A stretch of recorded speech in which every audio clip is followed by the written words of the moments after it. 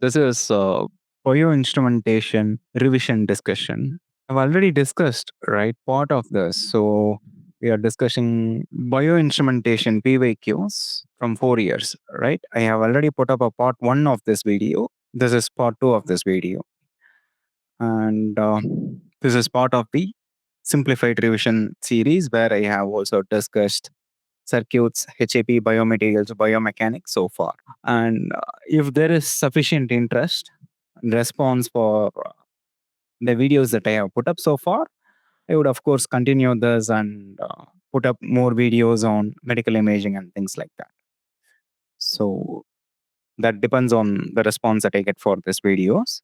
Anyway, so what we have discussed so far is, I clubbed this, kind of clustered the entire syllabus into this 4 bits, right?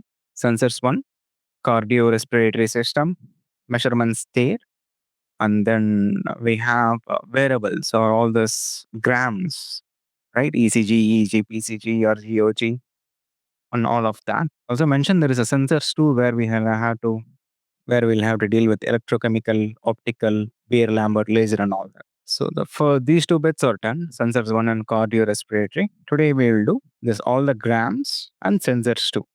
Miscellaneous, if there are any bioinstrumentation miscellaneous things that we'll do today, or any combination miscellaneous stuff like things intersecting with signals and systems involving, say, convolution and all that, I'll at least tell you, hey, this is a question at the intersection of both the subjects. But we'll finish bioinstrumentation discussion today. That is the objective. Most of this we have done. One thing I told you to is come prepared with an answer key so that verification is faster and we can move on faster. Have you come prepared? Now, even in that case, I have put up the year and all that at the top, right? Any question, while I'm discussing the question, one of you can quickly find the answer key, official answer key, and, have that ready. So last we discussed, we are in the cardiorespiratory system and types of pressure measurements I kind of discussed. And then we have this blood volume calculation. How much time does it take for the blood to travel from here to here? That we did. There's a question on blood composition, hematocrit and all that. So far there has been 2 questions on this. Right here they are asking you a simple numerical. And then this yellow colored, straw colored liquid is called as plasma, that has proteins, minerals, and many of the things. If you remove clotting factors from that, that is referred to as serum. This showed up as an HAP question. This is where we are, and right now we are at this question. I suppose this is from 2023. Volume of percentage of oxygen in inspired air is 20%. That of expired air is 16%. A person is breathing at a rate of 12 breaths per minute. Each breath is 500 ml in volume. Cardiac output is 15 liters per minute. Assuming ideal healthy lung and cardiac condition, what is the change in percentage of oxygen in blood over a minute? It's fairly simple.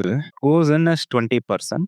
Whatever volume, of that volume, 20% of it is oxygen. Goes in. Only 20%, no, out of the 20%, only 16% comes out, right? So person is breathing at a rate of 12 breaths per minute. Notice, minute. Let's get this correct. Yeah. So you have minute. Do all calculations based on that. Volume of air breathed in, right? Volume of air. This is fairly simple. This is 12 breaths per minute. Each breath is 500 ml. And nothing else is mentioned. So we'll just take this. This is 12 into 500 ml per breath into 12 breaths. So there's a volume of air per minute. All of that we are doing per minute calculations. So volume of oxygen, again, this is per minute. That is, hey, can we get a quick number? How much is this? In fact, I do have the GATE calculator today. I'm going to make as many calculations as possible. If the response is delayed, I will start doing this here. So this is 600 ml. Volume of O2, notice is 20% of that is O2. Only 16% of that comes out. So this is 4% of 16 m. 4%. So you have 20 minus 16 is 4. This much amount is consumed, right? Percent of that, this corresponds to 0.04 into 6,000 is 240 ml. Now, if you look at cardiac output, this is 5 liters per minute, right? So cardiac output amount of blood circulated per minute is 5 liters. Cardiac output. It's not carbon monoxide, right? This is cardiac output. That is 5 liters. We have things in ml. So let me write this as 5000 ml. Again, notice this is per minute. Okay, what percent is 240 of 5000, right? That is a change in percentage of oxygen in blood. There is a 240 ml change in blood. That is with respect to 5000 ml. So the required answer is 240 by 5000 into 100. This happens to be 4.8. So your answer, thanks, 4.8%. You can't enter a percent in the GATE exam. You could only enter 4.8. Fairly easy. Let's go to the next question. Patient has a breathing rate of 18 breaths per minute with a tidal volume of 500 ml, having an anatomical dead space of 150 ml. So this shows this axis is, and then this axis is volume of air in lungs, right? Notice. So with inspiration increases, expiration decreases, inspiration decreases, expiration decreases. This is a normal shallow breathing that we do, but you could also do deep breathing, that is deep inspiration and deep expiration, that is shown over here. Out of that, tidal volume is this normal volume of normal inspiration, expiration, this volume. We need here at the end of the day is ventilation perfusion ratio. This is essentially, this is a ratio of roughly volume of ventilation and divided by volume of perfusion. Amount of volume of ventilation. Roughly, notice the volume that takes place in ventilation, although this is a lung volume, right? There is always a volume of air and in this all the tubes and all that doesn't play a role in gas exchange. Oxygen is there in the air that is there in the mouth, esophagus, bronchi and all that. But gas exchange, does it provide oxygen to the body? No. That volume is referred to as anatomical dead space. So the actual volume of air that participates in ventilation is 500 minus 150 ml. So let's calculate these two volumes. And this is not as 500 minus 150. That is the only volume that participates in gas exchange or should be considered for ventilation.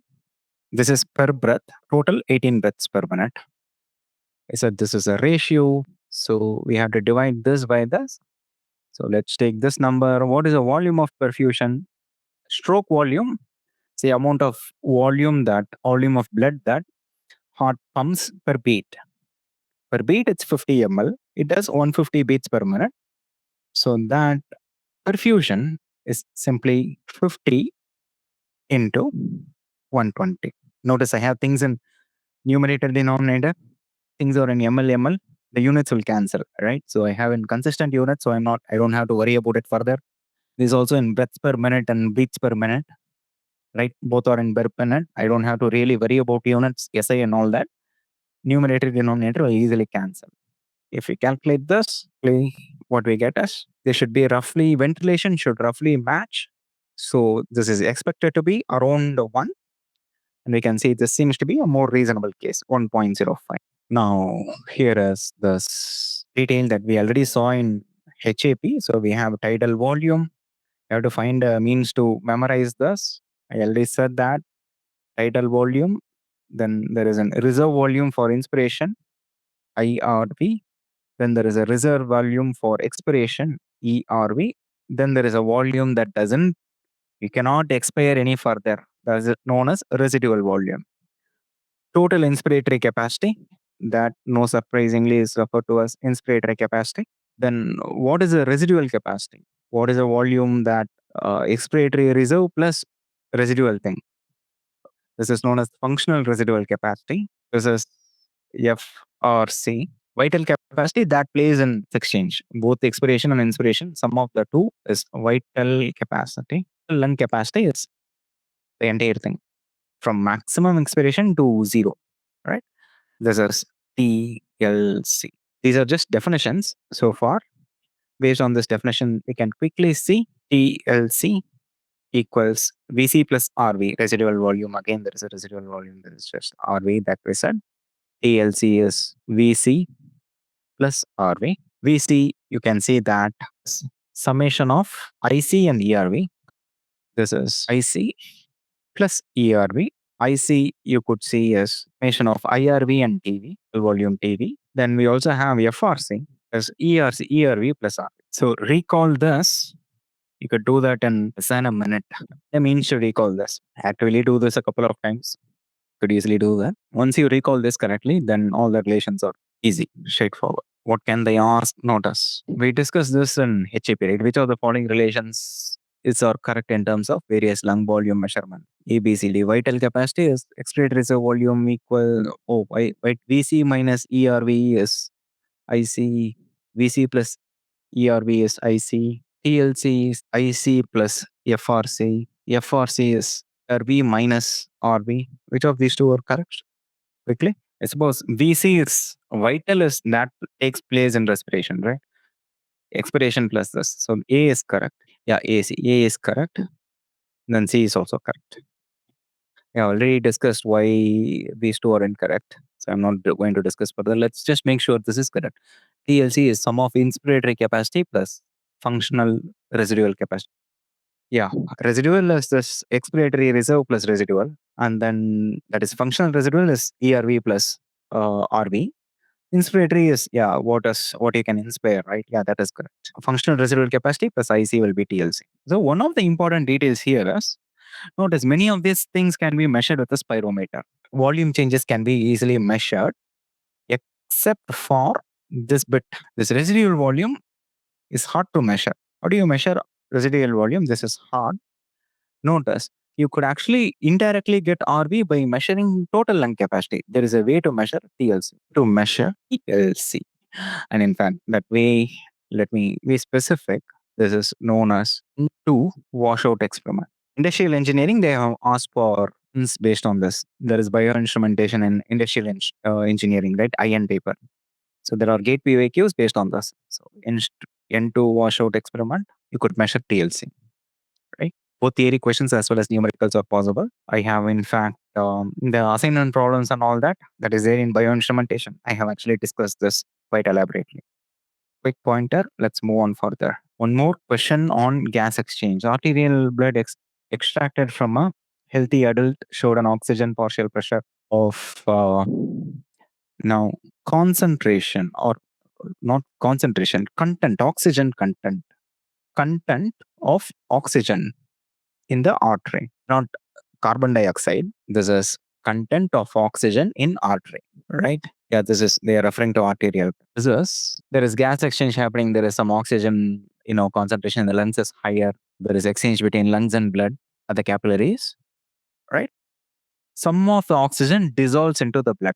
So this equals, again, content of oxygen that is dissolved.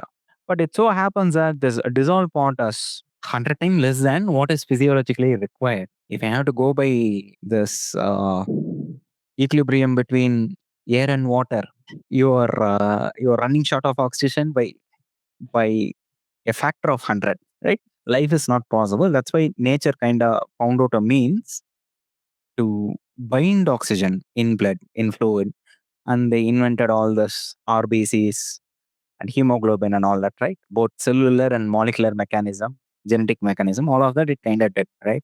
More or lessly. So you have this bound oxygen content. What they are asking for is total oxygen content. They are asking for us specifically CaO2. The dissolved part is fairly simple. You can at this stage guess the answer using the units.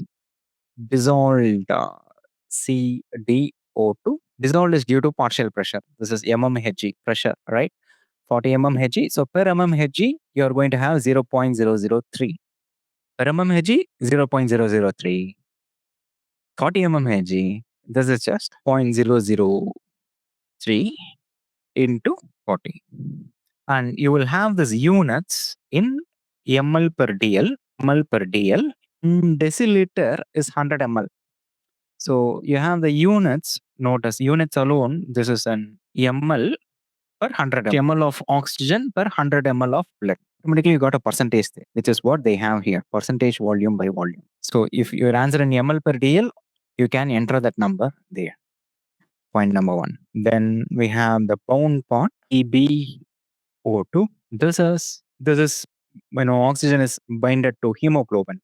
Amount of hemoglobin, there is like 15 grams per dl. 1 gram can carry 1.34 ml of oxygen carrying capacity, right? There is 15 gram per dl of 15 gram of hemoglobin per dl of 1 gram can carry 1.34. So 15 gram can carry 1.34 into 15. But efficiency there is not 100%. This is only 95% efficient. So there is a factor of 0.95. Again, the answer is in ml per dl.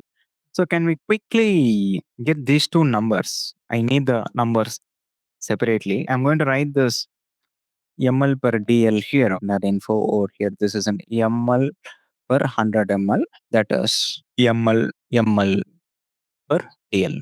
Can we get this number and can we get this number? Notice this is 0.12 and this is 19.025. In fact, if you entered 19.025 in the examination, it was not within the range. Also, I had to account for this. Sum of the two, the total oxygen content is sum of these two. It is summation of these two, and is up to 1 decimal. This is 19.1, 19.145. 19.095, I don't think it's correct. Has to be 19.1. If you enter 19.0, I think it was not within the range. Can someone also give the answer key range? You can also try to quickly, this is 8 2020, right? Try to find it. 19.1 is also not within the range. Someone find the answer key range for this. Then why am I not within the range? Wait, there is a mistake that let me do this. 0.95 into 1.34 to 15. Someone was saying 19.095. I thought they were saying the answer is 19.095. Thanks.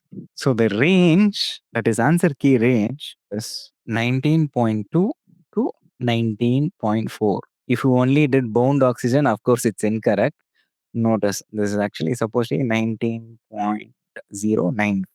I didn't have the intermediate number. Anyways, I calculated it and some of the students here corrected it. If you add these two, I suppose this is 19.2. It's correct. For example, this plus, I hope the other number is correct. 0.03 into 4, 0.12 plus 0.12, 19.215. Also, the range is kind of skewed towards one side, right? There is no pattern to it. All it is they wanted to penalize you if you kind of forget this bit. I think I can tell you, notice this oxygen dissociation curve is important here. You need to know what is what. Oxygen content, oxygen partial pressure, oxygen saturation. Typically, this is CO2. Typically, this is PO2. Typically, this is SO2. And this could be based on artery, make it more appropriate, artery, arterial, venous, and we have peripheral. Here you use a P, here you use a V, here you use a A. So you have CaO2, partial pressure of oxygen in the vein, artery, or periphery, right? You can have a arterial partial pressure, you can have a venous partial pressure, right? Then you have peripheral oxygen saturation. Notice hemoglobin is 95% saturated, right? Capacity is this much, only 95% of that is right now effective. So that is saturation, SpO2. So for example, this is measured in pulse oximeters. There is bound and dissolved. There's partial pressure. There isn't important. Can have, of course, partial pressure of CO2 in the artery. Partial pressure of CO2 in the artery and things like that. Perhaps let's make it in the venous side. This is one thing. Be aware of the terminology, be aware of the differences. Thing is, there is something called oxygen saturation or oxygen dissociation curve. Actually, this is mmHg, and this is C content. C for content, or yes, saturation. Both are possible in the y-axis. And typically, this curve is sigmoidal. And when this changes, how this changes is of importance. For example, if you're looking at saturation, carbon monoxide poisoning, only 50% saturated, 50% is occupied by carbon monoxide, right? This is in case of you need to have, you should be looking at saturation in case of CO poisoning, or to have anemia, your hemoglobin or RBC is defective. Because of that, content of oxygen, lesser hemoglobin, lesser oxygen, lesser bound content, lesser content. So that your content is lesser, right? So this curve can change this way, this way. And of course, then there are what happens with pH, what happens with carbon dioxide concentration, what happens with temperature.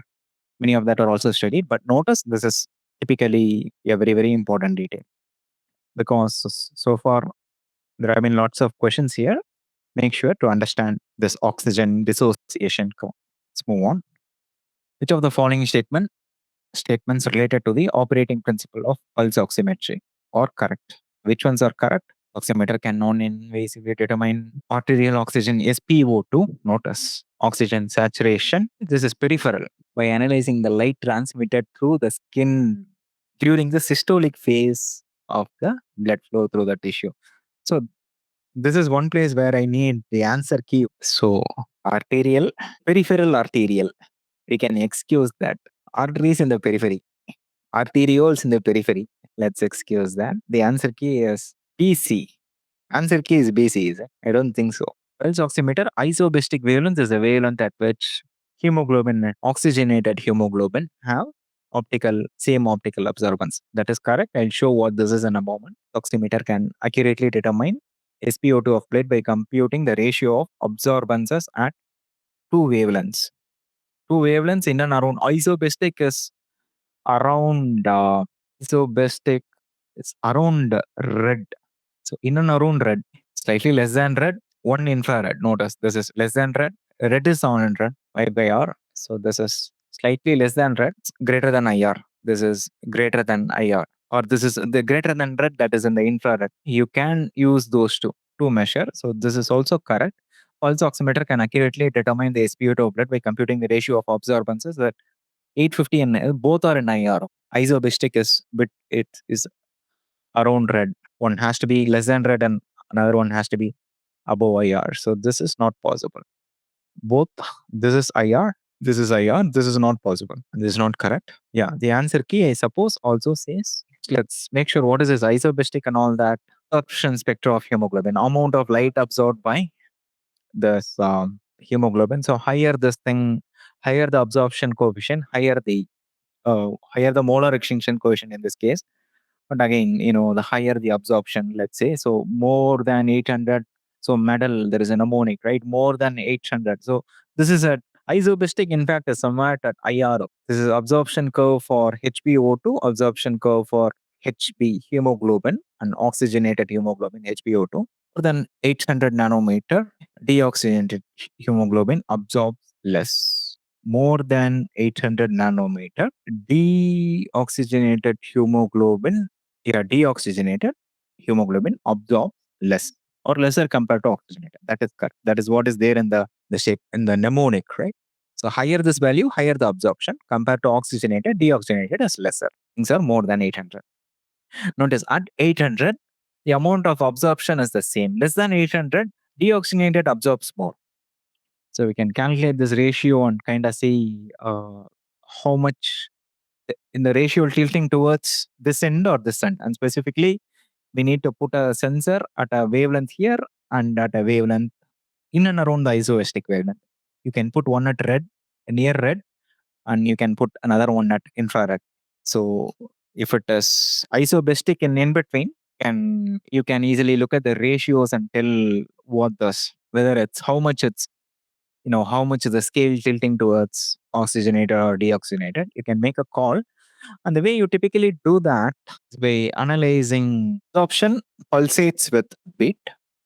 This is pulsative. Absorption in red and infrared. So you have absorption in red and infrared. Red, and you have absorption in infrared. The absorption in red, I'm going to, for the time being, I'm going to draw it, say, using this. It kind of pulsates with beats, increases and decrease. Look at this infrared. Let's make it. This also pulsates. Let's say the absorbances are different. So absorbance kind of, now it is amplitudes have kind of different from what is shown above. Amplitudes are less. This, you can split it into two. Most steady venous part. On top of that, so there is a DC component and there is an AC component. And do that split very easily. So there is a DC, there is an AC. You could also do the same thing here. There is a DC component, then there is an AC component, purely oscillating component. What one does is kind of quantify this AC amount, RMS or something like that, quantify this AC amount, look at the ratio, right? It's a varying number. The ratio keeps on varying with pulsating beat. You have to quantify, use a measure for this AC, typically RMS. What is mentioned here is, yeah, they do this ratio analyzing transmitted light through the skin during the systolic phase of the blood flow through that tissue. What they are saying is, in the blood flow, there is a systolic phase. There is a phase where heart is pumping, systole, and then heart is filling, diastole. It mentions as if, hey, you are analyzing the systolic phase, right? That doesn't make sense. Systolic is only this bit. You're not analyzing data here. Rather, you're looking at measure of this AC component over that AC component. In that sense, what they have stated is incorrect. Systolic phase means something else. Not presume they are referring to AC component, alternating component of pulsatile observances, right? That reason I don't agree with A, right? But anyways, this is based on K. I leave it at that. Let's move on. Yeah, so there is this isobestic wavelength. Typically, this is slightly above red, 800 nanometers. 800, you can remember that. So bestic is that, make this as red. Isobestic at 800. So that brings us to end of this part, right? Cardiorespiratory. Oh, you're only finishing cardiorespiratory measurements. Now we have to move on to just two, I suppose. Membrane potential, Beer Lambert, optical, laser. I don't think there are so far there has been any questions on laser, any PVQs on laser. There is a Doppler laser that we discussed, but really no hardcore laser questions, but there are questions from this. And almost every year you can expect a question from membrane potential. And almost every year there is a question showing up from Beer Lambert. Optical, there are many optical things. Optical is quite vast. It's hard to pinpoint. Bell's law. Lenses and all that. Where is a focal point, focal distance, object image? Technically, that is also optics, but note is also given that eye is a lens and there is like concave, convex lenses and all that, right? That is also technically can fall here. Can also bring in whole of electromagnetism into this, because at the end of the day, this is all electromagnetic waves, right? So you have to stop somewhere. So there is Snell's law, and there is fiber optics. This is actually, at least certainly from application perspective, or what is really more important. Fiber optics, endoscopy. Most of the sensors you have to catheterization, you need a fiber optic cable to keep the signal more reliable. And then so far there have not been questions from laser so far, but laser of course can be very important. Let's look at these HAP question. I think we discussed this in HAP revision session. Can we quickly answer this? During resting state, voltage outside the cell membrane compared to that inside the membrane is dash, higher or lower? Sorry, positive or negative? Fine. Under such conditions, intracellular, extracellular regions have is among potassium, sodium, which is higher inside, which is higher outside. That is the question. So we are like 3.85 GB, 4 GB, 15 GB. Yeah, I have drive space and hard drive. It's option A. Inside is negative. Resting potential is negative. Outside is positive. And I also always remember there is more salt outside. So you have sodium and potassium. Sodium and chlorine, potassium inside it's higher. Sial outside. Yeah, what else can they ask in membrane potential? I'll come to that, but Let's go to this. Read the questions. Intracellular, extracellular concentrations of three important ions are given below in the table. Given in the table below. Hey, did I answer that? More salt outside. So you have outside regions have higher salt and the inside have a higher potential. Kind of skipped it. Fine. Anyways, that is straightforward. Back to this. Intracellular, extracellular concentrations of three important ions are given in the table below. Relative permeability of the cell membrane to each ion is provided. Universal gas constant, Faraday's constant, and all that is provided. What is the absolute value of the resting membrane potential across the cell membrane at 27 degrees Celsius? We are giving three ions, sodium, potassium, chlorine, asking for brain potential. Notice, and then there is one more question where drug is administered, cellular concentration changes, K plus changes. So nearest value of cell membrane potential after the drug administration. Initially it's minus 80. I administer a drug, concentration changes. Because of that, potential should change. What is that potential after administering that drug? This is what they have asked. And here they are looking at only one ion, that is potassium. You need to remember three things. Colors, what would look colorful, or maybe it's two primary colors. One ion like K plus, talking about equilibrium of this. Then they are talking about equilibrium of two ions. This is all equilibrium models, approximations of two ions like one positive potassium and one negative chlorine. And then bare minimal reasonable approximation, you need at least three ions. So three ions, equilibrium among three ions. Typically, this is K plus, Cl minus, and Na plus. It goes by the name. The way to model this is Nernst, goes by the name Donan, goes by the name Goldman. Ironically, I need more space for Goldman.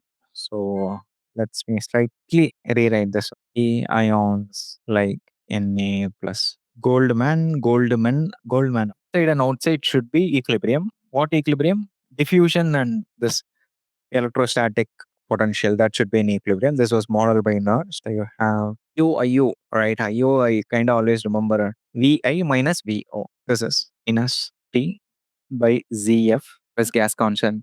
T is temperature typically in Kelvin, depending on the units of gas constant, of course. Faraday's constant into ln on. Ln of what? Have K plus, K plus by K plus is 1, but no, this is K plus inside and K plus outside. Again, the IO order, it's written, this is IO here, and this is also IO here. Oh, I used a dawn and color code. So let's put that in red itself. Subscripts also in red. Some ways I easily remember IO minus I minus O or O minus I is the intracellular potential in the numerator or extracellular potential in the numerator. Some confusions like that are avoided. And then Z is valence, F is Faraday's constant, R is gas constant, right? In this case, this is fairly simple. K plus equals Cl minus by Cl minus. Here this will be IO. Valence of potassium is +1. Valence of chlorine is -1. Charge, right? The charge that they carry, these ions they carry. So that, and when you cancel the ln on both sides, or you take it to the raise it to the take exponent on both sides, whatever it is, the sign will change because Z is different for these two. Because of that, you'll have chlorine outside in the numerator, chlorine inside the denominator. Other way around. It's almost like a balance condition for rich and rich, right? So this is Dawn equilibrium. Given two ions, given three ions, I need some space. Gold, cation out, cat out, cat in. That is something that I remember. The potential, membrane potential. Suppose this is again VA minus, with respect to VA minus VO, it's outside you are using it as a reference. RT, valence of three ions, right? Z1, Z2, Z3 and all that, no complications. So this is just RT by F. Let's also use consistent colors. VI minus VO. This is RT by F. No issues with valence and all that.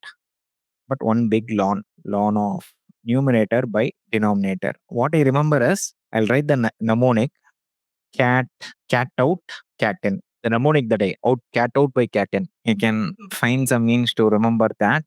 So this is cat out by cat in. What do you mean by that?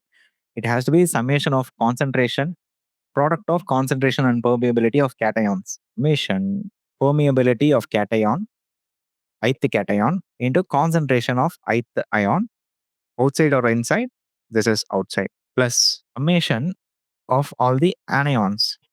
Permeability into concentration of anions. This kind of gets messy. Perhaps I'll rewrite this again. Let's forget the brackets and all that for the time being. Concentration of anions. Let's put that as A.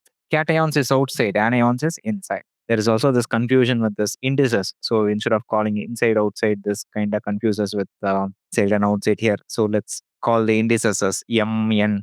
It's just at the end of it, it's a summation. Summation of M anions. So put all of them together, typically 3. In this case, M is 2, K plus and Na plus for the example that I have shown. So PM, CM outside. Summation of N, PN, AN inside. It is cat out, cat in, right? So I have summation of, let's say, M cations, concentration of cations in the inside. The denominator, it will change for the anions. Summation of En, PN, AN. Inside went to the numerator. So here we have the outside. There's a messy thing. So I'm going to write this again. So notice here there's a sodium, a plus, minus, and all that for the time being. Let's forget 3. This is intracellular out. This is intracellular concentrations. And this is permeabilities. PM, PN, that type of permeability. So the Goldman in this case, what they want is the membrane potential, V membrane. V membrane is with respect to outside. So this is V membrane. This RT by F ln of summation of cations outside. PNA, CNA out plus EK. Cations, right? Positive ions. CK. Summation of anions inside. PCl. Concentration of chlorine inside by prayer on. So PCl, CClO, PNA, CNAI, EKCKI. The way I encoded it and decoding it is cat in, cat out. This PACANA and all that. For me, I don't know what works for you. What is the answer for this? So if you plug in all these numbers, so the P's are given here. NA is 0.02, PK is 1.00, PCl is 0.03 permeability. So you can calculate this. R is given. R is 8.31 joule per mole per Kelvin. Faraday's constant. This is all of these are in SI. Stick to SI, you are fine. And what is inside the ln is a dimensionless thing. Numerator, denominator units will cancel. 96500 coulomb per mole. Kelvin and Kelvin what? 27 degrees Celsius. So T is 27 plus 71 Kelvin. Suppose 271, right? Degree Celsius to Kelvin conversion. 271, 272, you'll still get the answer within the range. Can someone confirm the answer here? Oh, did I write it somewhere? Suppose the answer is 272, 273. Fine. Yeah, can we just look at that? No, we don't have time to really calculate right now. Just let's give the answer K and move on for completions. Minus 32.5 millivolts. You also check. Suppose all these numbers are reasonable. 140, 10. So I'm expecting answer to be reasonable. Minus 70, 80. That range. 2023, 61. And they are asking for the absolute value. So this is like, hey, I didn't put a minus here in the formula. So be careful about it. And for the cat in, cat out formula, right? So this is answer key is in the range of, it was like all the values are normal. 32 is not normal. Minus 70, minus 80 is normal. So answer key seems to be 82.6 to 86. So I suppose the correct answer is 86. They put a range left hand side, right? Just kidding. So I think if you put it somewhere around 84, great. Let's move on to question. Here is a summary. Nernst, Donnan, Goldman. With whatever mnemonic that I know of, be careful how you use it. Testing potential of a mammalian nasal is minus 80 millivolts. Certain drug is administered to the body. Administered to the body changes the intracellular potassium concentration from 150 to 55. Nearest value of the cell membrane potential after the drug administration. Assuming that the external equilibrium of K plus does not get changed. Only internal equilibrium changes, external doesn't change. What is this thing? Yeah, this is Nernst. Okay, point number 1. This is Nernst. Also recall Nernst. Vi minus Vo is minus RT by ZF ln of K plus by K plus. K plus K plus, right, is kind of absurd. So let's put this. It's VA as VO minus RT by ZF. K plus I by K plus O. IO, IO. Fine. Z is 1 plus valence is 1. CL minus Z is minus 1, for example. Right? So what we have here is, so this is a two scenario problem. Scenario 1 this, scenario 2 this. Read it that way, this is fairly easy. A minus VO, this is minus RT by F. Yeah, RT by F, this is at body temperature. Room temperature and body temperature. We have actually this RT by F, you don't have to calculate it. 26.7 millivolts. But all of a sudden, I'm wondering whether it's room or body temperature. Anyway, so let's leave that. Lon.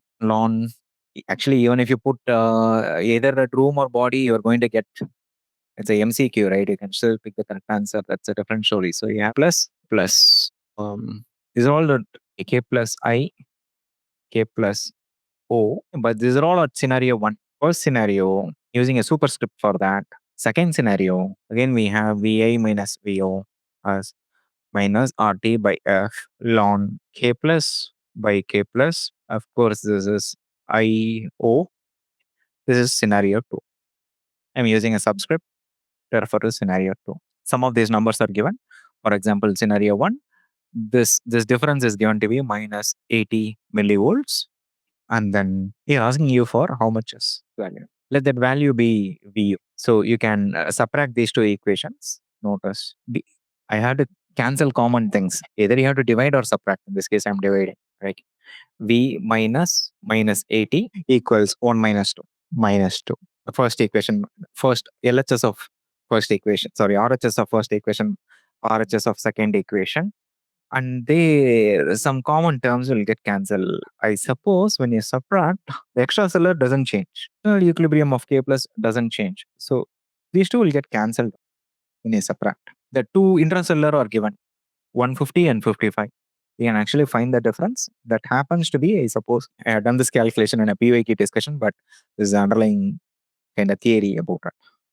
There aren't any issues. Let me quickly fast forward. So almost every year there is a question from membrane potential or associated HAP. Basic theory.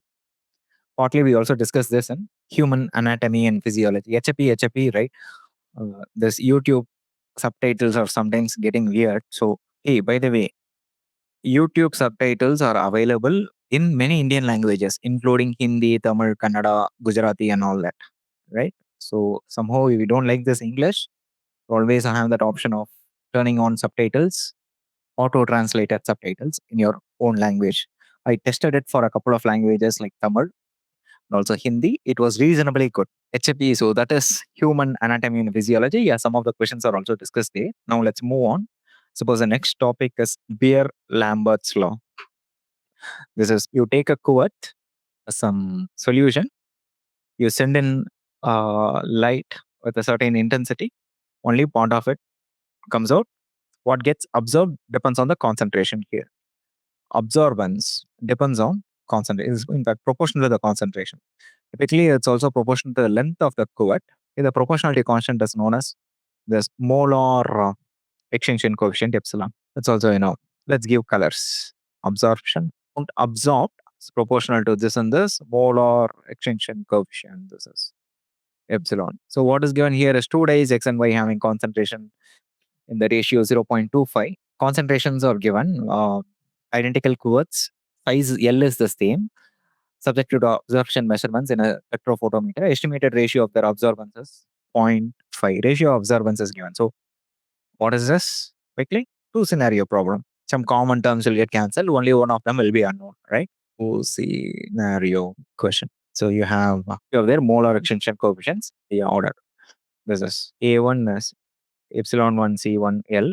So the quotes are not being changed. Identical quotes. That's why I can length. This L depends on the size of the quote. They don't change the quote. That is the cup. The thing doesn't change technically. So you have A2 is epsilon 1 C1 L2. Sorry, C2 L2. Then you can divide this and this. Some of the common terms here is this, of course. L1 doesn't change. Ratio of absorbance is given. Ratio of concentration is given. You have to find epsilon 1 by epsilon 2. That is fine. epsilon 1 by epsilon 2 as ratio of absorbances 0.5 into ratio of concentrations C2 by C1. So that is by 0.25. So 2 is your answer. So this Beer-Lambert is also fairly important. They keep asking questions from this again and again. Notice in a cell viability experiment, 10,000 cells were cultured in the absence or presence of a compound Q for 24 hours. Absorbance of a dye associated with cellular metabolic cavity or measured at a lay length 570 nanometer at 24 hours. The measured absorbances were 0.8 arbitrary units in the absence of the compound Q. Stage. What kind of a problem is this? Two scenario problem. A/B testing, hypothesis testing, right? You have a control group, you have this, case group scenario question, good terminology, doing some sort of A/B testing, right? Some sort of hypothesis testing. So observance is given in the dye observances. The dye gives an observance of 0.1 in the absence of cells. In the absence, so both the dye is absorbing, cell is absorbing.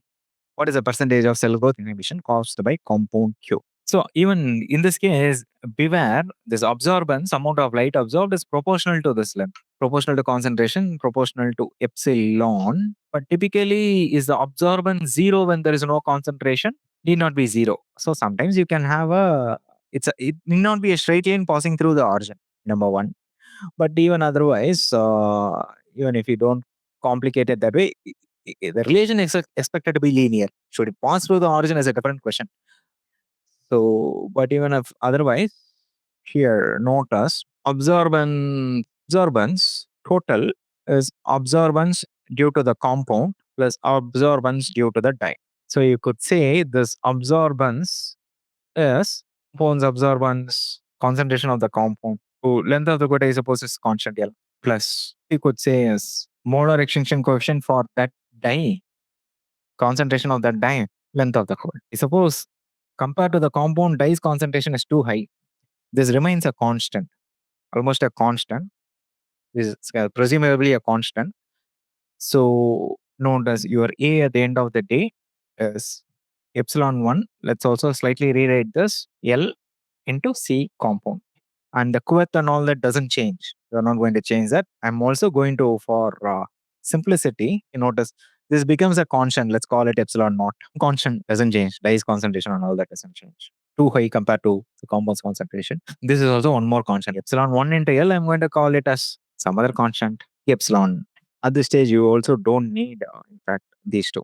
For everyone's sake, L1 compound, I have clubbed these two here. Now, what is this?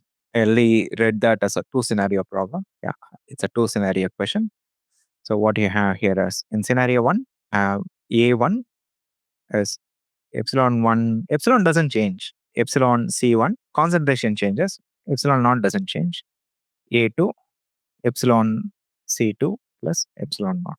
Can we be more specific? When there is no compound, your A2 is 0.1, A2 is 0, or cellular compound. Absorbance due to cell doesn't matter. This C2, absence of cell, C2 is 0. Absence of, actually, this is actually a lot. So what that says is, this is not even a two scenario problem. This is sort of a three scenario problem. 3 is epsilon C3 plus, actually, but there is a bigger issue. I'll come to that in a moment. But notice, when you say this, your epsilon naught is 0, 1. Notice, this implies, the detail here implies epsilon naught is 2, that is 0.1.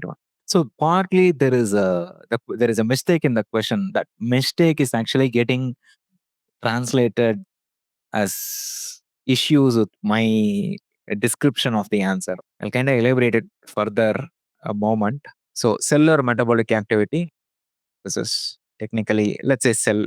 Now what we have here is absorbance of the dye, also cellular metabolic activity was measured at this. Measured absorbances were 0.8.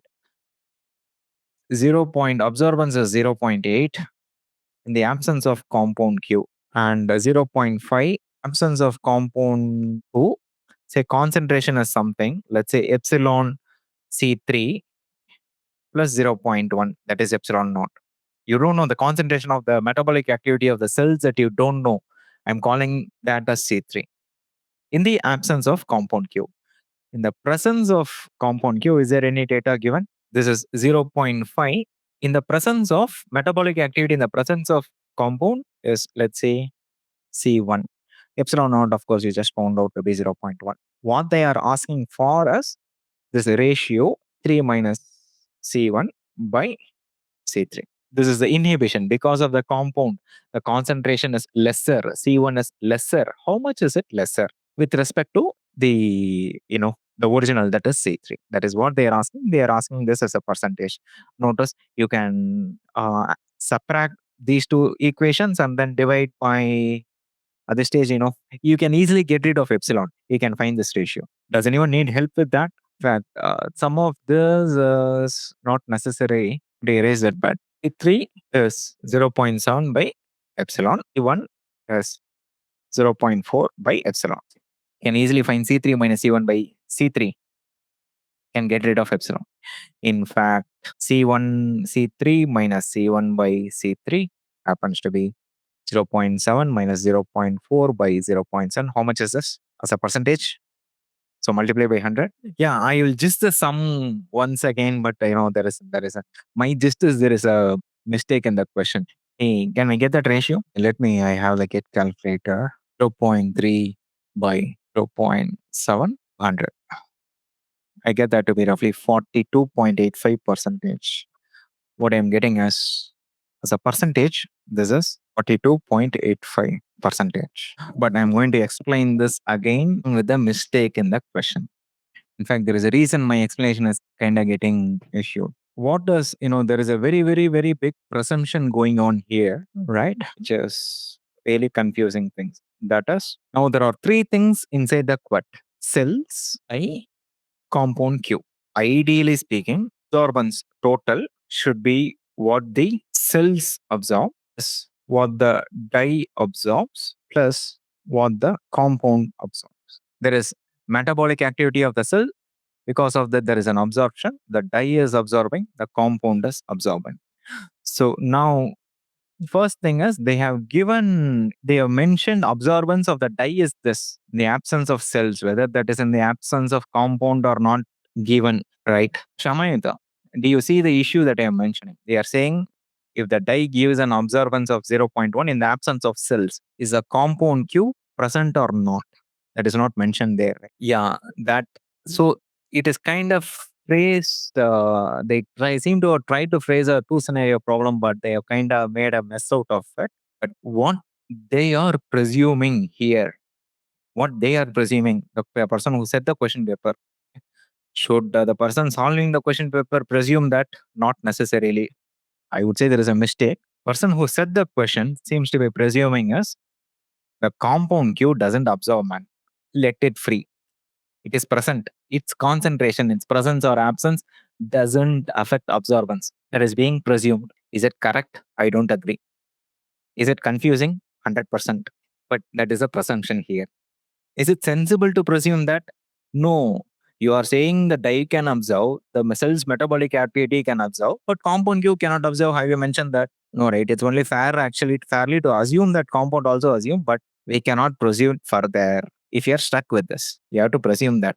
Let's presume that compound doesn't absorb. Let's forget that term. Poor presumption. Let there be record presumption. So from now on, I'm going to neglect that. It's also some of the C1, C2 and all that is confusing here. So let's kind of prove the terminology that I have here. So there is a dye part that is absorbing. There is a molar extinction coefficient associated with the dye. Then the compound Q that is absorbing, there's a molar extinction coefficient associated with compound Q. Also an L. I'm going to club epsilon Q and L, call that as epsilon. Of course, this is concentration of compound Q. Dye concentration doesn't change at all. That it is always there. It doesn't change. I'm going to call this a constant. I called it epsilon naught. Let's call that epsilon D. So far, so good. So epsilon D is a constant. Epsilon is one more constant. Then you have the total absorption in this. Yeah. Now here is all of this. Now I have many constants. At the end of the day, what we want is cellular activity before, after, or presence, absence. Let's write it that way. Q's presence. Actually, this is also not CQ. that is C cells, metabolic activity of cells. Sorry about it. Two scenarios. Q's presence, you have a concentration of cells, call it presence, right? The presence P. You also have Q's absence. Let's call it concentration of cells in the absence of Q. What they want is percentage of cell growth inhibition, metabolic activity decrease. The C cell is a representation proxy for metabolic activity. How much does it decrease? They are in fact saying it's decreasing. There is cell growth inhibition. So there is metabolic activity decrease. How much is that decrease? What they want is C cells on Q kinda inhibit. So this is activity is higher in the absence of compound. C cells presence in the presence of compound activity is lesser. They want the percentage of this. So this change respect to in the absence. C cells in the absence. As a percentage, you're also going to multiply by. This is what they want. Does it make sense? What is the percentage cell growth inhibition caused by the compound Q? Who is present? Activity, metabolic activity is lesser. So absorbance corresponding to that is lesser. You have to find this ratio from scenarios. First thing is to recognize this epsilon D is fairly easy. Absence of cells is 0.1. So when C cells is 0, concentration of cells is 0, activity of metabolic activity of cells is 0, absorbance is 0.1. That line says 0.1 is epsilon D. The ratio of cells is 0. What happened to concentration of compound Q? Is it present or absence? We don't know, but that's a poor presumption we already made. So far, so good. Now, I'm going to write the symbol and then I'm going to replace that with a number. Absorbance, the presence of cells is epsilon to is cells present plus epsilon D. That is 0.1. C cells P also let's write as CP plus 0.1. Absorbance in the presence of cells is 0.5. Absorbance in the absence of cells is epsilon C cells absent plus epsilon D, that is 0.1. Absorbance in the absence of cells is 0.8. You can take the 0.1 to the side on both the equations. You get 0.4 is epsilon CP, 0.7 is epsilon CA. You can easily find this ratio. That will be 0.7 minus 0.4 with respect to 0.7. That happens to be 42.85. Was the answer key? Actually, no, because there was a mistake. I kind of noted down the answer somewhere 42 to 44. And this fair absorbance of compound Q. In fact, sometimes such details are overlooked even in research papers. They are not like error proof, right? They are prone to errors. So you're trying to measure something, metabolic activity, like me unquestionably, without peer reviewing, accept your methodology, right? No, not necessarily. That's a poor presumption. Let's move on. We're mostly done. Some of the ECG, EEG questions are fairly easy. So we'll go till late. Yeah, fine. Is all of you with us? Anyways, because it's recorded, the original version was there. I wanted to point out the issue. Anyways, I pointed out the issue and again, I kind of solved it. Fine, let's move on. Till end of endoscope is placed at distance of 1 mm from the gastrointestinal wall. There is a wall, GA wall. It is placed. Something endoscope is placed 1 mm. Oh, it's actually pretty close. Refractive indexes of the fiber core and cladding are 1.4, 1.5 and 1.45. I suppose there's a fiber optic endoscope cable. Maximum field of view for the endoscope. Maximum field of view. This is a field of view. This is what you can maximum see is theta acceptance angle. An acceptance angle for fiber optic cables. How do you know it's a fiber optic? There is fiber core and cladding. And then they're asking for the field of view. Some basic relations. You have numerical aperture is square root of n core square minus n cladding square, n1 square minus n2 square. Which one is n2? Which one is n1? Higher refractive index is n1. Lower refractive index is n2.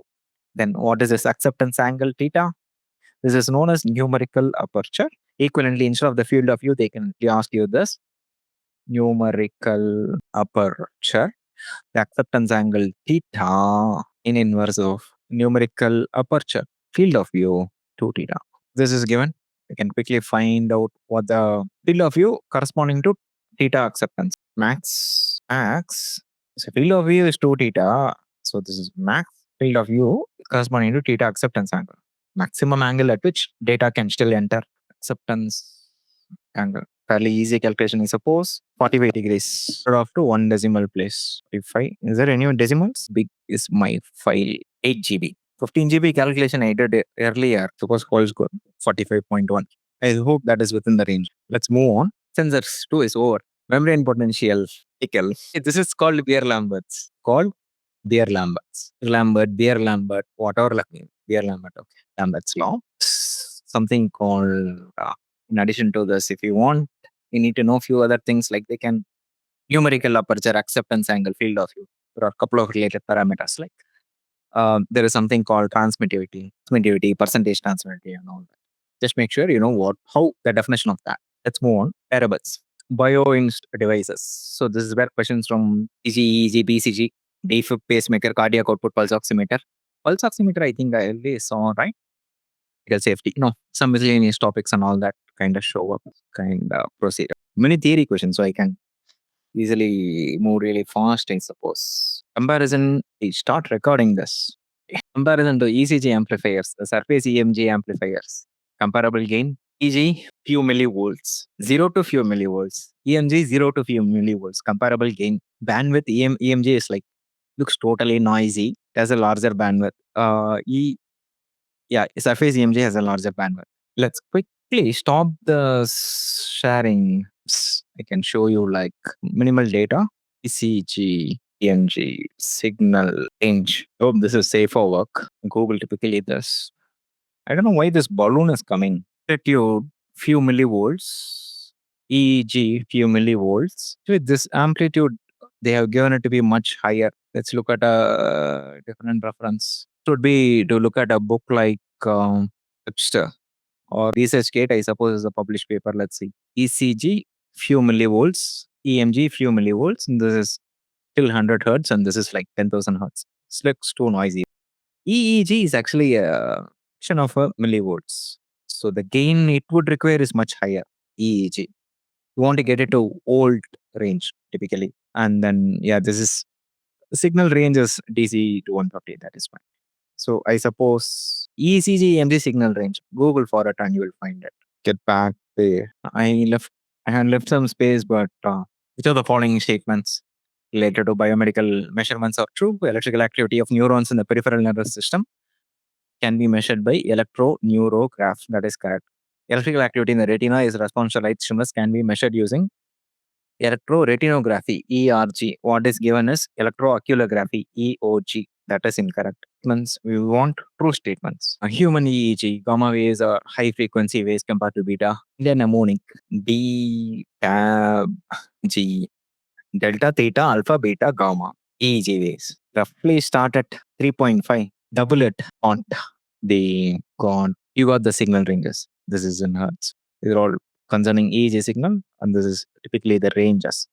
Max range. Typically in a range, the maximum value in that range is that. So gamma or high frequency waves compared to beta, is more than 30. What I am showing is maximum range. So delta ends there, theta ends there, this ends there, beta ends there. So but typically more than that is gamma, and that's correct. Even ECG manifests as ventricular depolarization. Let's say it's a heartbeat. Except for the T wave, other things are reasonable. T wave is crucial. Let's kind of like at least it there. Now that heart can rest in peace. So we have Q, T waves, T waves. What we have here is real depolarization. The QRS, you have two things going on. You have, fortunately, don't seem to have space. You have two things going on. You have atrial repolarization, kind of getting overshadowed by ventricular depolarization, and then you have ventricular repolarization as a T wave over there. PQRST, then you have ED, ER, VD, VR. T is thinner, P wave is smaller, ventricles are thicker, more volume, QRS is like bigger. T wave polarity is very important. So most crucial is this QT interval here. There can be other issues, but long-term chronic issues, QT can suddenly change into fatal ventricular arrhythmia. So QT is like very specifically for long-term things, QT is quite important. Other than that, things are fairly fine. Let's move on. I quickly summarize that. So P wave ECG manifests as ventricular repolarization. Ventricular repolarization actually hidden in QRS. So that is not correct. AC. Let's move on. 90. The cardiac dipole is oriented at repolarization, depolarization. The polarity in the cells, resting is now getting unresting, getting dynamic, right? In shade, they are polarized cells. Inside us, -70, -80. We did some calculations, right? They're active, right? They get depolarized. And then after some time, they repolarized. What happens is there is this distribution of depolarized, repolarized regions within the heart. It's almost like a distribution of charges. You can simplify it as a dipole vector. And the dipole vector changes as electrical activity in the heart propagates. So, and the projections of the dipole vector can be seen in ECG waves. This is like a ECG waves. Why do you have so many legs? Because, typical analogy is in cricket match. Why do we have so many cameras from all over the field? Because certain things are best seen in certain camera angles. So, certain activities, electrical activities are best seen in certain ECG angles or ECG. Let's quickly draw this. Let's put a plus. And then I got horizontal plus 60 degree, or sorry, minus 60 degree. I got one more. And then I got plus 60 degrees. 1, 2, 3. Hey, this is also like too bright. Let's kind of dim it out. Need a XY axis. This looks like 90 degrees. Let's kind of get it. So done is draw the first one horizontally at plus 60 degrees. I drew the second one and add 60 degrees plus 60, so 30, 30. I got the third one. What happens? These also correspond to the directions of LEDs 1, 2, and 3. Camera angles of ECG LED 1, ECG LED 2, ECG LED 3. You also have augmented LEDs. This one here, augmented this is like the shoulder, left shoulder, right shoulder, and pointing downwards. All these angles are 30 degrees, 30 degree, 30 degree. This is referred to as the hexaxial reference system. Hexaxial system. This have the left arm here, right arm here, the foot here. Left foot, right foot, I'm drawing kind of the center, so foot. And for some reason, these are referred to as augmented AVL, AVR, AVF. And these are augmented leads. So there you got that. Now, given this, now wherever they mention the cardiac dipole, I told you the heart activity can be simplified at any instance as a vector, dipole vector. Right now, at the, let's say at this instant, this is at cardiac dipole is oriented minus 45 degrees. This is cardiac dipole. Magnitude of the dipole is 3. That's also, hey, let's get that here. It's 3. Assuming nth and frontal plane configuration, hexaxial reference system that I drew corresponds to nth and frontal plane configuration. What is the magnitude of the electrical signal in LED 2? What is the component of that cardiac dipole along LED 2's direction? LED 2's direction is this. Because this is 60, cardiac dipole is given to be at 45 degrees. LED 2, I mentioned, is at 60. So this angle between these two is 15 degrees. What they want is the projection of this into this direction can be simply obtained using 3 cos 15 degrees trigonometry. How much is this? On the GATE calculator, 100 degrees 15 cos to 0.8 up to 2 decimal places, 2.89, 2.90 actually. That's correct. 2.897. So this is 0.903 millivolts. This is millivolts. I hope they want the answer in millivolts. Yeah, that's it. Most every year a question shows up from this. So told you 1, 2, 3 at 60, 60. Then LRF at 30, 30. Times it's easy to recall this, easy to remember this. Times they also confuse you by giving a diagram like this. Consider the nth triangle of a frontal ECG for a 3 electrode RA, LA, LL shown in the figure. The electrodes are different, LEDs are different, augmented LEDs are different. Augmented LED vectors bisect the bipolar LED vectors. Bisection of the dissection, where is this? Actually, I have a tough time understanding the figure, but at the peak of our wave, at a particular time in the heart, instant during a heartbeat, cardiac vector points vertically downwards 5 millivolt. Voltages on LED 1 and LED 2 are dashed respectively. Actually, what they have done kind of makes sense. I'll quickly show you. Horizontally, LED 1. Put 1 there. You don't know whether it's vertically going down or like horizontally going there. Then at 60 degrees, you have lead 2. Then 60 degrees from there, notice, parallel to that 60 degrees from there, they have given lead 3. And then at that AVL, AVF also they are given, right? The left, AV right, AV foot, that also they are given. Whatever I said, they are given there, but it's slightly harder to read. So don't rely on any distractions. I'll do it once more. Horizontal, 60 degree led to led 3. One, and 0, you need the vertical axis.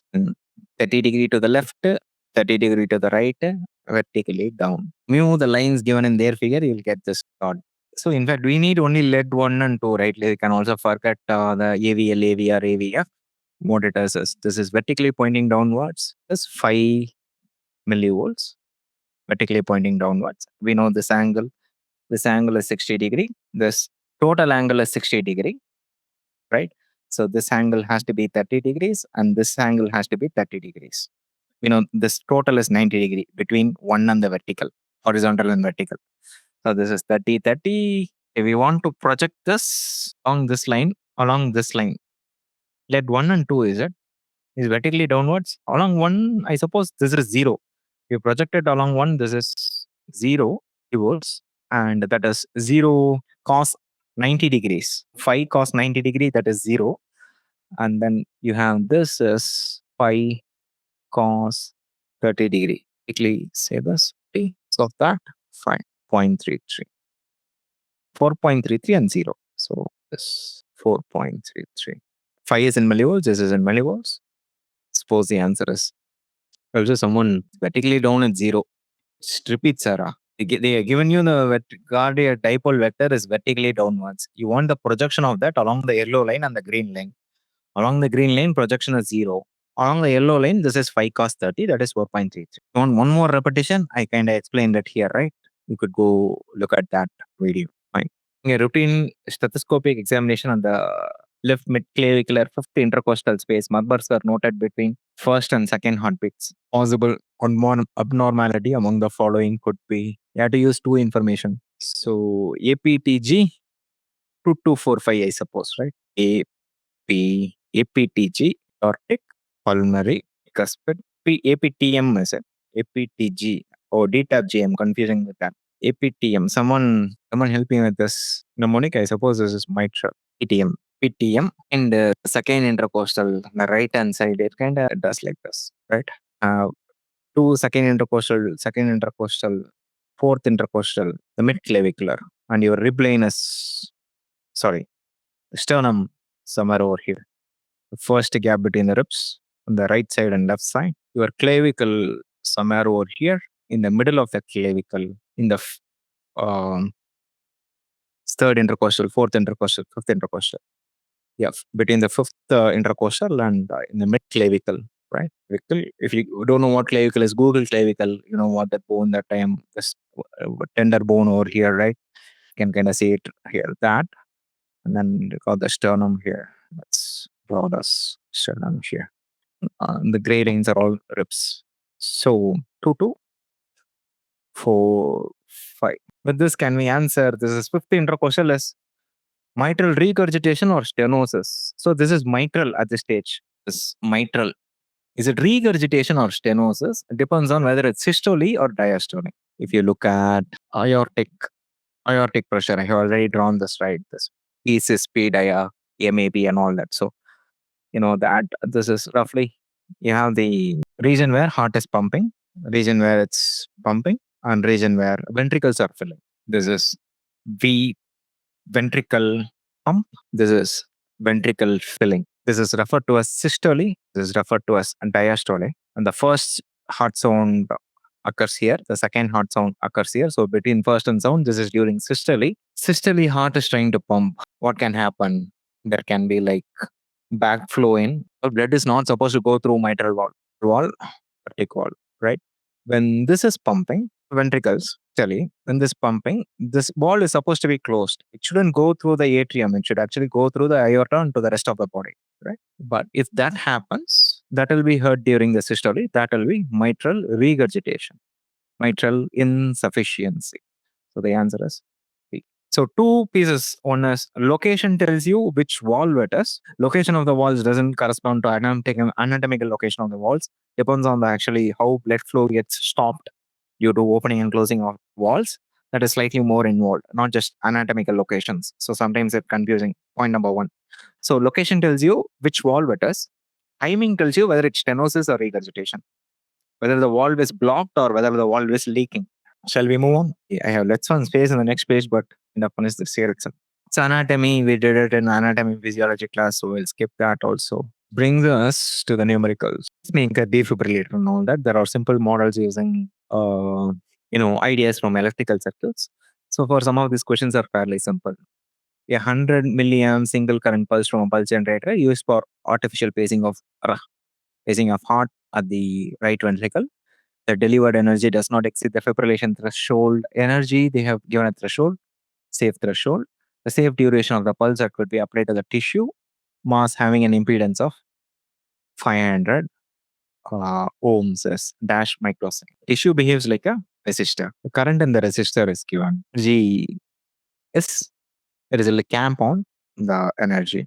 There is a cap on energy dissipated. Power is I square R.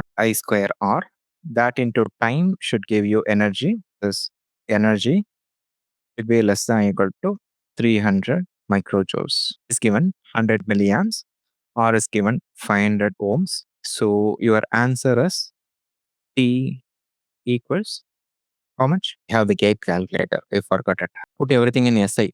So 300 into minus to raise it to the power of 10 in the GATE calculator. That divided by square of 5 divided by 100 by. Actually, this is slightly harder to do in GATE calculator.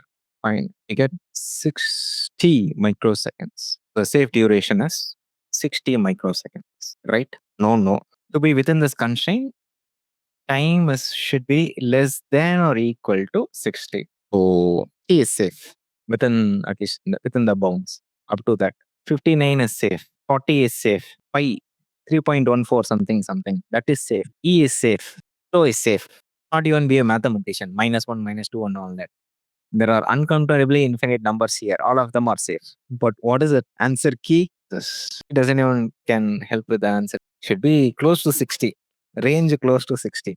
58 to perhaps 62. Number 25. Oh, answer is dead 60. There is not even a range. 59.5 is not safe. According to the committee, 59 is not safe. 59.9 is not safe. Suppose, right? What they are referring to max safe duration. In that case, that is 60. Fine. Don't know whether I know too much English or the committee doesn't understand English. There is an issue. I certainly doesn't agree with question and the corresponding answer. A simple I square R problem, I square RT problem, but cannot have something in your head. Then write something with your finger or type something with your finger. What you are thinking in your head should be what you are typing in your finger, right? If there is a disconnect between the two, there is miscommunication. Unfortunately, it doesn't end up as marks to all. It kind of ends up at what is this? Uh, pale blue earth, right? Spark and dust in the universe. All of this kind of gets this disappears, right? Fine. A pacemaker was implanted in a cardiac patient. It has a battery of 2.4 ampere hour. It is designed to deliver a rectangular pulse of amplitude 1.5 volts per 1 millisecond on time for every 1 second. Electrode heart. So there is always typically a conservation question based on a battery life. This is This is a very important design element. Typically, there is a conservation question. Let's also quickly make sure there are still some students in the meeting. So there is typically, see, one is circuits applied to bioinstrumentation. You have a zeroth order, first order, 10th order. The Roman 2 and the superscript ND, I suppose that is not required, 10th order. First order, for example, simple resistors, something based on what we just did, right? I square R. First order can be two things. It can either be RC, technically, it can also be LR circuit. But most of the approximations for most of the things in PCT is approximated RC circuit. Defibrillator pacemaker circuits are all RC circuits. Don't approximate. Write the model for a pumping heart. it's going to be RC circuit. Hard pressure is like voltage, and then volume is like current.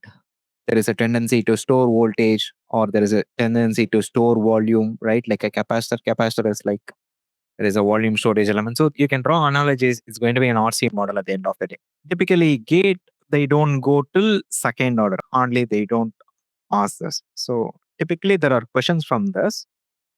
Here we already saw an example from zeroth order system. The problem we just saw, that I square R, calculate some power, energy, and all that basic calculations that we saw. Here I have put up a video on most important topic for the GATE exam. This is the first order transients. There can be questions from this first order transients. There can be questions from first order frequency response, low pass filter, high pass filter. Hey, there is this magic frequency, right? You don't know. They're asking for frequency. You don't know. You don't understand what else they are like talking about, right? Just try this magic frequency. I made that suggestion so that they can ask questions about magic frequency. And often, there can be questions on some sort of conservation. Conservation, typically notice, say there, RC circuit, current Kirchhoff voltage law, current law, and all that is already there. Current conservation, charge conservation is there. But in terms of battery, total charge in a battery, there can be a conservation question based on charge. There can be a conservation question based on power or energy. Let's say energy. If they are talking about a battery life, if they have given the units of battery in terms of charge, typically ampere hours, ampere is coulomb per second, hour again is time. So the total dimensions is that of charge, coulombs, right? They are giving that, they are talking about charge conservation. If they are giving the battery wattage, they are talking about energy conservation. Total capacity of the battery is so and so watts. And they are typically referring to wattage hour or something like that. And they are referring to energy conservation. In this case, they have given ampere hour. So they are referring to charge conservation. Checking here. So this is rectangular pulse of amplitude 1.5 volts for 1 millisecond. Rectangular pulse for 1 millisecond. This distance is 1 millisecond. After some time it passes. This distance is 1 millisecond. There is a signal, assuming the current drain from the battery is negligible, and it's on every 1 second. Delivers a rectangular pulse of 1 millisecond every 1 second. Every 1 second it does that. That's why the scale is arbitrary. That's why it started just before a pulse. That's why I put the king period. Now let's come to the y-axis. So this is of course time. The y-axis is 0.5 volts across a resistor of 150. And what charge conservation? Let's calculate the current. How much is the current? Define the current. It's a constant during a pulse. How much is the constant value? It's a rectangular pulse, right? The blue rectangle. How much is the height of the rectangle? This is I by R. This value, this is V by R. That is 1.5 by 150. Should be in some micro. How much is it? You have the GATE calculator. 1.5. 0.5 by 150, you could do it in your head. 0.01.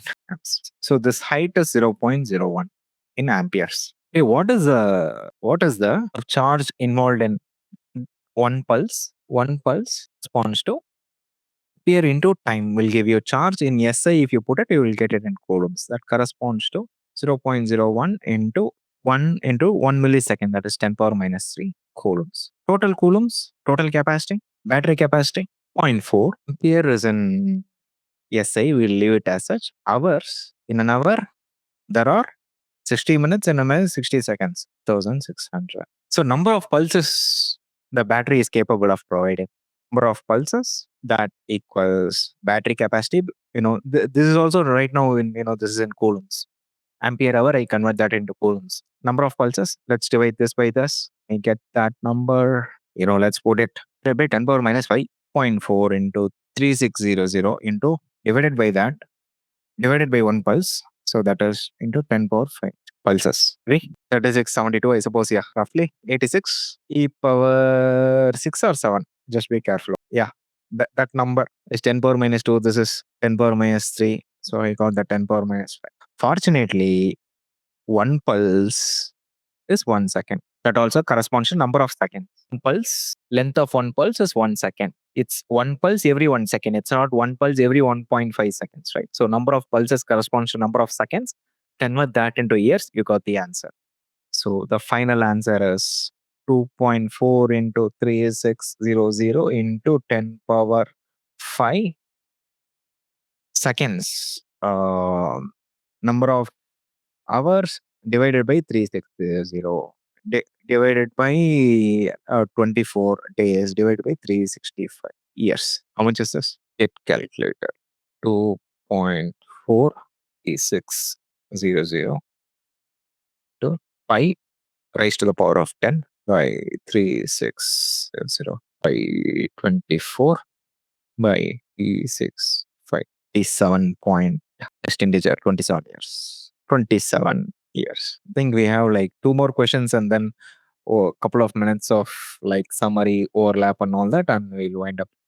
Specifically for this IN students, electrical engineering students, has been added as a second paper, right? So there are many first order circuit applications in bioinstrumentation. Those are easily scoreable. We kind of summarize them over here. And then, yeah. Battery life question. Battery life. Hey, you put a pacemaker. Battery dies, the person dies. Unless you do something, right? So battery life is an important design criteria. There are also questions concerning that. Typically based on conservation of charge or conservation of energy. Inexperienced clinician was measuring cardiac output. Inexperienced committee member was setting a question paper.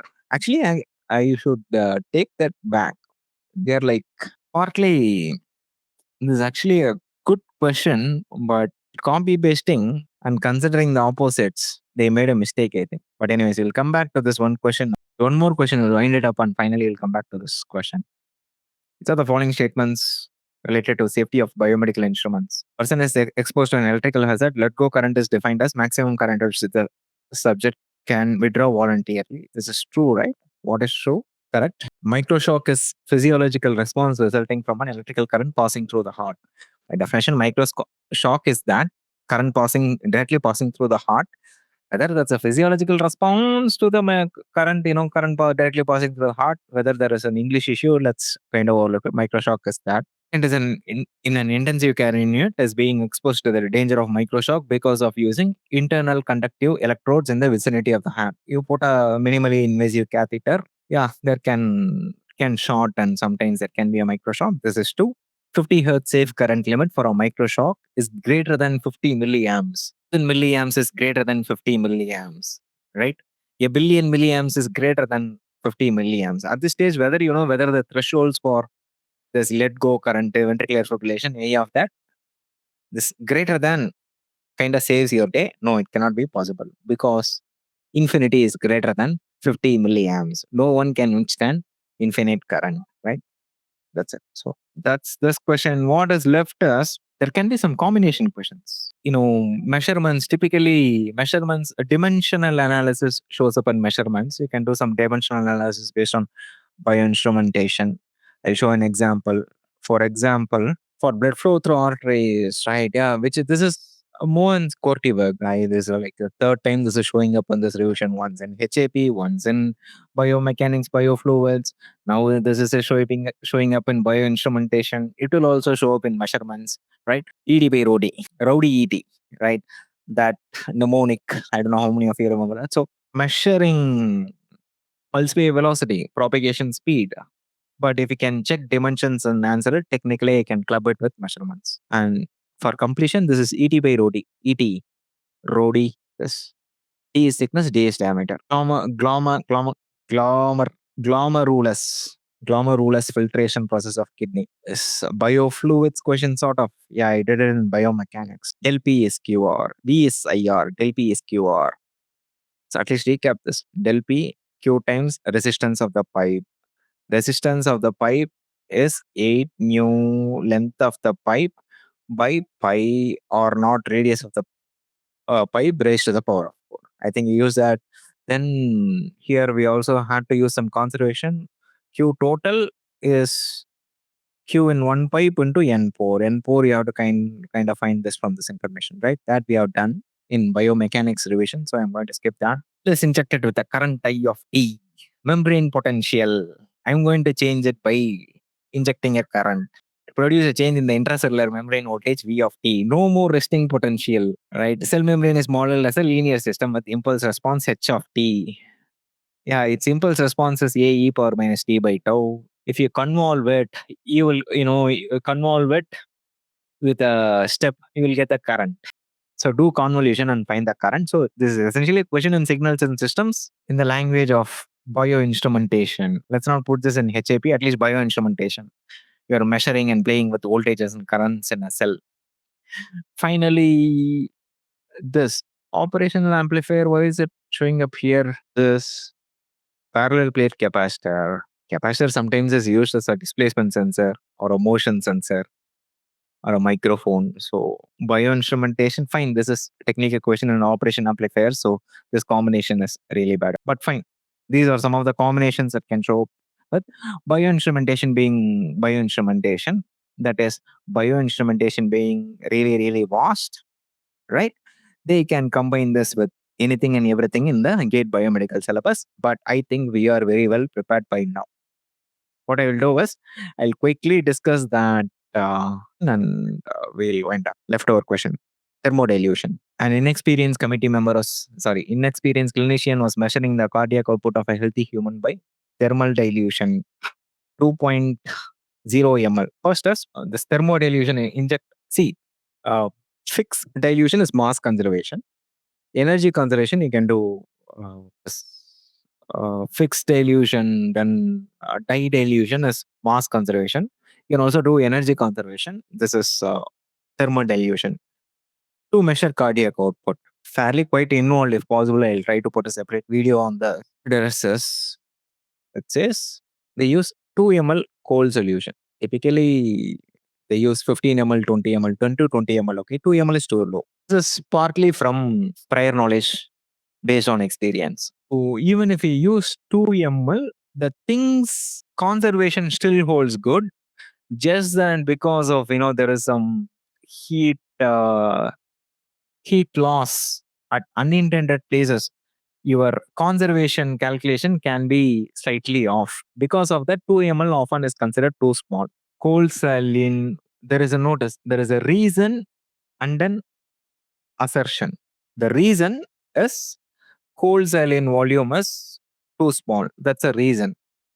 And there is an assertion. Cardiac output is too low. I do agree with the reason part. That is, the cold saline volume was too small. This is not based on any information given in the question, but on some prior knowledge. This is roughly, let's say, 10 to 20 ml. Typically, this much is used. You are saying 2 ml, you are using 2 ml, you'll get incorrect answers. So because of that, reason is correct. Whether that matches with the assertion, this equation still holds good. If you're not doing any calculation mistake or something like that, and if there aren't any measurement errors, conservation still holds good. You should get the correct output. Just because, say, the denominator, or sorry, in this case, the numerator is small, you will end up with a smaller LHS. No, not necessarily. They seem to be presuming saline volume is low, heat content injected is low, is numerator is low, so LHS has to be low. No. What is injected is low. We'll stop there. And then, actually, I like the second part. I should really agree with that part because he measured it, injecting it at 7 degrees Celsius at the entrance of the right atrium. We have IN and electrical engineering students. So we'll have to simplify the heart like this. Now, injected at the right atrium, entrance of the right atrium, entrance of the right atrium, entrance for the blood, entering the atrium, leaving the atrium, superior vena cava, superior vena cava, entrance of it's in somewhere in the right atrium. Let's not complicate it. Change of blood temperature at the pulmonary artery is coming out of this right ventricle. So the injected thing kind of travels. Let's remove all the distractions. You have R, LA, LV, RV. Right atrium, left atrium, right ventricle, left ventricle. And then you have the PA, pulmonary artery. Now you're also measuring, where you're measuring it? You're measuring that pulmonary artery somewhere here itself you're measuring. That is, where you're putting it and where you're measuring it is fairly nearby. And what you're injecting it as 7 degrees Celsius, it is measured to be minus 20 Kelvin. What is measured? This integral of delta T, change in temperature, area under the change in temperature curve as a function of time. I like this. So 7 degrees Celsius, body is at 7 degrees Celsius approximately. So soon as you inject this, body temperature, notice this axis is time, this axis is delta T. Soon as you put this cold saline, this is delta T, blood temperature will drop. I'm going to draw it this way. This will drop. What is that?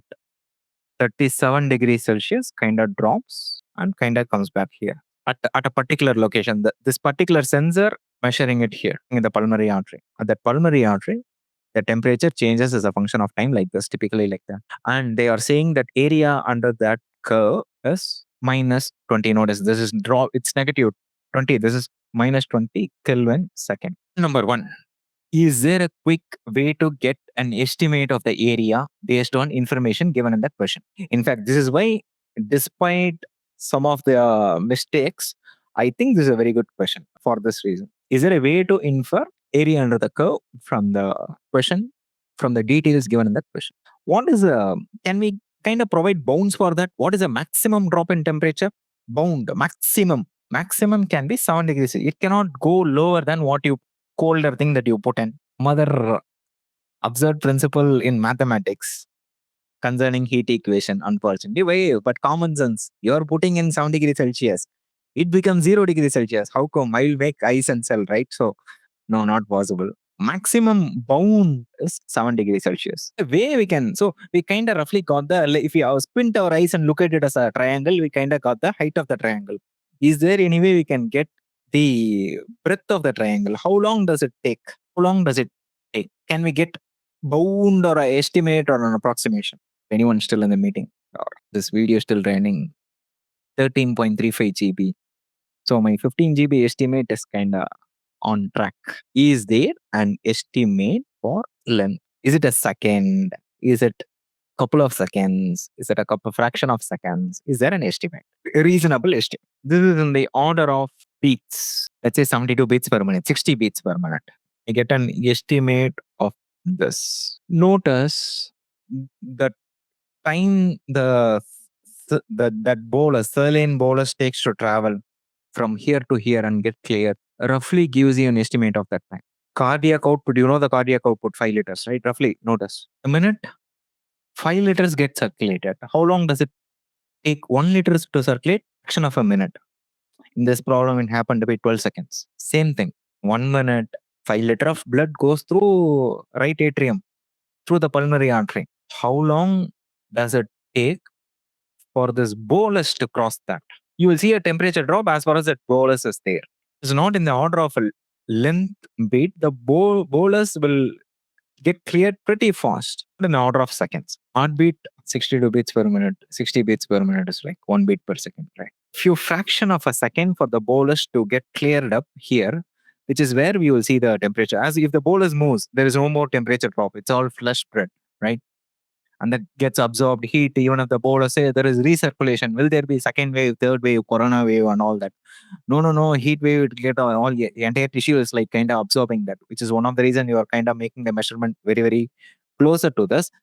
This is roughly less than, there's a fraction of a second. This is in the order. I can only talk about order, few tenths of a second. That's a, it's not in the order of seconds. It's in the order of seconds. I have put 0.1 second, 1/10 of a second. Now, if we use that, approximately this area under the curve, AUC is approximately half into base into height. That is, height is 37 minus 7, that is 10. Base is 0.1 Kelvin second. And this is roughly 1.5 Kelvin second. In fact, this is a minus 30. So I have a minus 1.5 Kelvin second. You don't need any prior knowledge here. I appreciate that part, because based on you're injecting a bolus at 7 degrees Celsius and you're quickly measuring that fraction of a second time difference, all right? Maximum temperature change is 30 degrees Celsius. The area under the curve cannot be 1.5 Kelvin second. For that reason, based on the information given here, you can conclude there is a mistake here, too large. You can conclude that value is too large. What we estimate is around 10 times lesser. If this denominator is too large. Presuming every other thing is constant, this density, this heat, specific heat, total amount of heat injected, all those things are constant.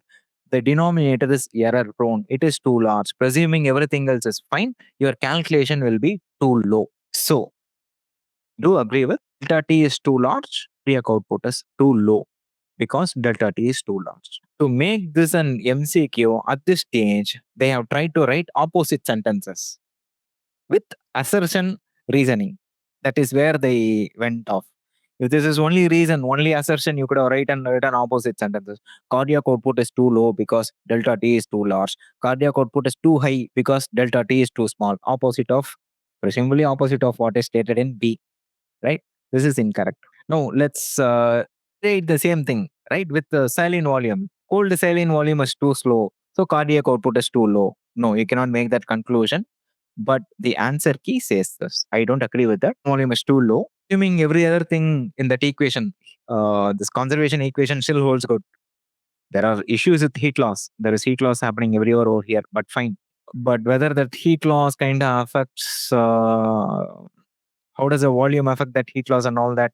Not clear. Even studies doesn't say there is a clear direction to it. All you can say is cardiac cold saline volume is too small. You cannot conclude therefore cardiac output is too low. I don't agree with that statement. Agree with that assertion or conclusion. For this reason, which is reasonable. Reason is correct. Assertion is not correct. It kind of like contrasts with the thing, right? Cardiac output is too low because cold saline volume is too small. Cardiac output is too high because cold saline volume is too large, right? Contrast with option C doesn't make option A correct.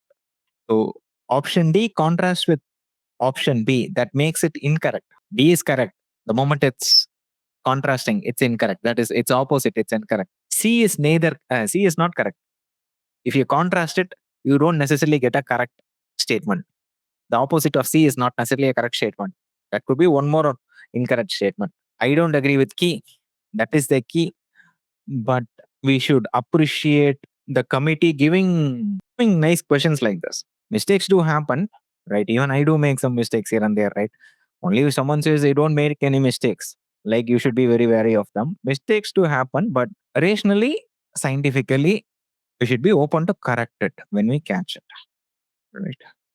In fact, for this question, if there is a very different answer, I'm open to a better explanation.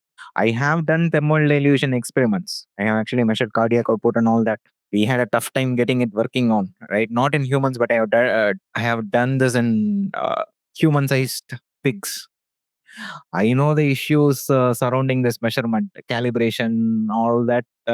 We have killed 2-3 extra pigs just to get this cardiac output measurement correct. So I do empathize with this inexperienced clinician scenario. But if a correct explanation is given for A and B, I would be happy to take it. Right now, if B is correct, A is incorrect.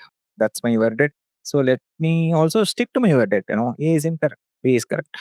That's it. So that brings us to the end of this discussion. I already discussed all of these things. By now, if you are with me, congratulations. Learn this in and out.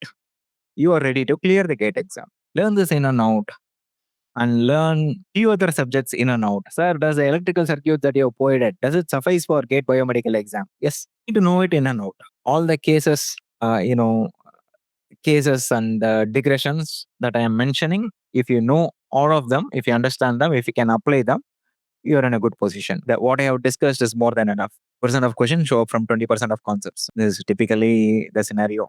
So that holds good. So brings us to the bio instrumentation discussion. Now, should we have medical imaging discussion or not? 1 view, 2 view, 3 view. Actually the channel has improved a lot, right? 50 views in one day and all the day I posted and all is actually too high. Initially when I started, 10 views and all used to be very high, right? No, 50 views is actually high, but my desire is that I make it accessible, approachable to as many students as possible. I reach many students, but there is a response. Students are using this. I can easily track the data. I can do some, YouTube allows me to do all of that. There is a response. I'd be happy to post more on the simplified revision series, including most important medical imaging. Other most important is this one most important, other most important. Most important, most weighted, most predictable. Easily scoreable, yes. Medical imaging is also easily scoreable, specifically for high-end students, electrical engineers, and all that. It's mostly signals and systems, medical imaging. So that is also easily scoreable. I'll put up those videos. And then for those who are commenting, sir, put this video, please watch the videos that I put thoroughly. I have already answered your questions. The videos that you're commenting, asking for things, right? You're asking for something, I have already answered that in the video. So it says you're not seeing the videos that I am posting or seeing it completely. As soon as I post a video, sir, can we have a discussion on this? Yes, that discussion is already there in that video. Looks like you haven't seen the video, right? So let's avoid scenarios like this. If the students find this useful, I'll post more of this.